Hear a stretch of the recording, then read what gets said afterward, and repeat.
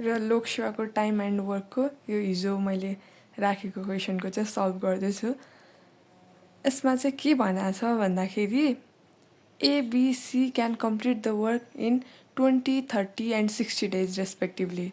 In how many days A can complete the work if he is assisted by B and C on every 3 days भनेको छ। यस्तो क्वेसनहरू दिँदाखेरि के भनेको छ भने एबिसीले एक्लैले गर्ने हो भने त्यो कामहरू 20, 30 र 60 दिनमा मजाले गर्न सक्छन्। अब यहाँ क्वेसनले के दिएको छ भने एलाई बी र सीले चाहिँ एभ्री 3 दिनमा असिस्ट गर्छ भने चाहिँ त्यो काम सकिन कति दिन लाग्छ भनेर भनेको छ। अब हामीले यसलाई सल्भ गर्दाखेरि सिमिलरली हामीले अगाडि जसरी गर्थ्यौँ त्यसरी नै गर्ने हो।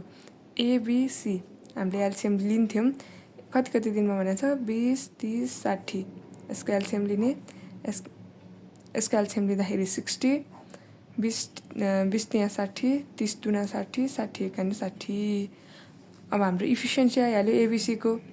अब के भनेको छ भने ए को इफिसियन्सी चाहियो अनि हामीलाई एलाई बी र सीले एसिस्ट गर्छ एभ्री 3 डेज भनेको छ। भनेपछि तिनटैको इफिसियन्सी पनि चाहियो।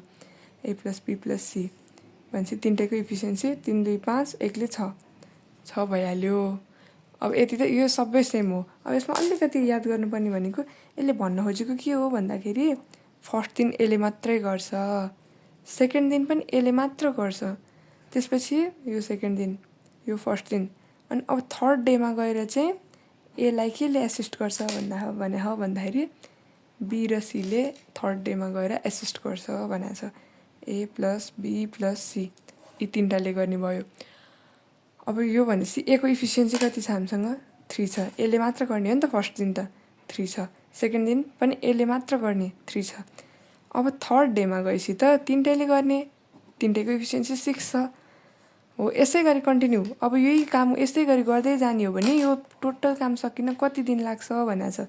अब फेरि फोर्थ डेमा के हुने भयो एले मात्र गर्ने भयो, फिफ्थ डेमा के हुने भयो फेरि एले मात्र गर्ने हो, सिक्स्थ डेमा के हुने भयो भन्दाखेरि ए प्लस बी प्लस सीले गर्ने भयो। यहाँ 3, 3, 6 भनेपछि ट्रेन्ड यसरी बढ्दै जान्छ। अब भनेपछि हामीले के बुझ्यौँ 3 दिनमा कति काम हुने रहेछ 3, 3, 6, 6, 6ले 12। 3 दिनमा 12 काम गरिसक्ने रहेछ। 3 दिनमा 12 काम गर्ने यसरी कन्टिन्यू हुँदै जान्छ। कतिसम्म जबसम्म यो जोड्दै जाँदा 60 नआओस्। टोटल काम भनेको हाम्रो 60 हो। अब त्यो भएपछि अब यसलाई एकदम इजिली गर्नुपर्छ। हामीले यो कसरी आउँछ भनेर निकालिरहँदा नि यसरी सबै काउन्ट गर्दै जान त हामीलाई एकदमै धेरै टाइम लाग्छ। त्यो भएपछि हामीले यो बुझ्ने यो भनेको कति दिन हो 3 दिन।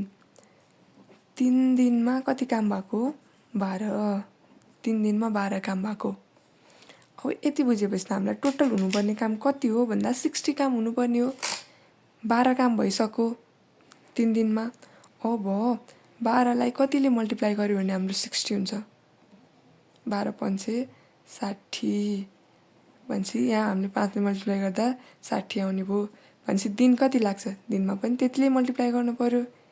3 पंचे 15 हो। यसरी चाहिँ हामीले सल्भ गर्छौँ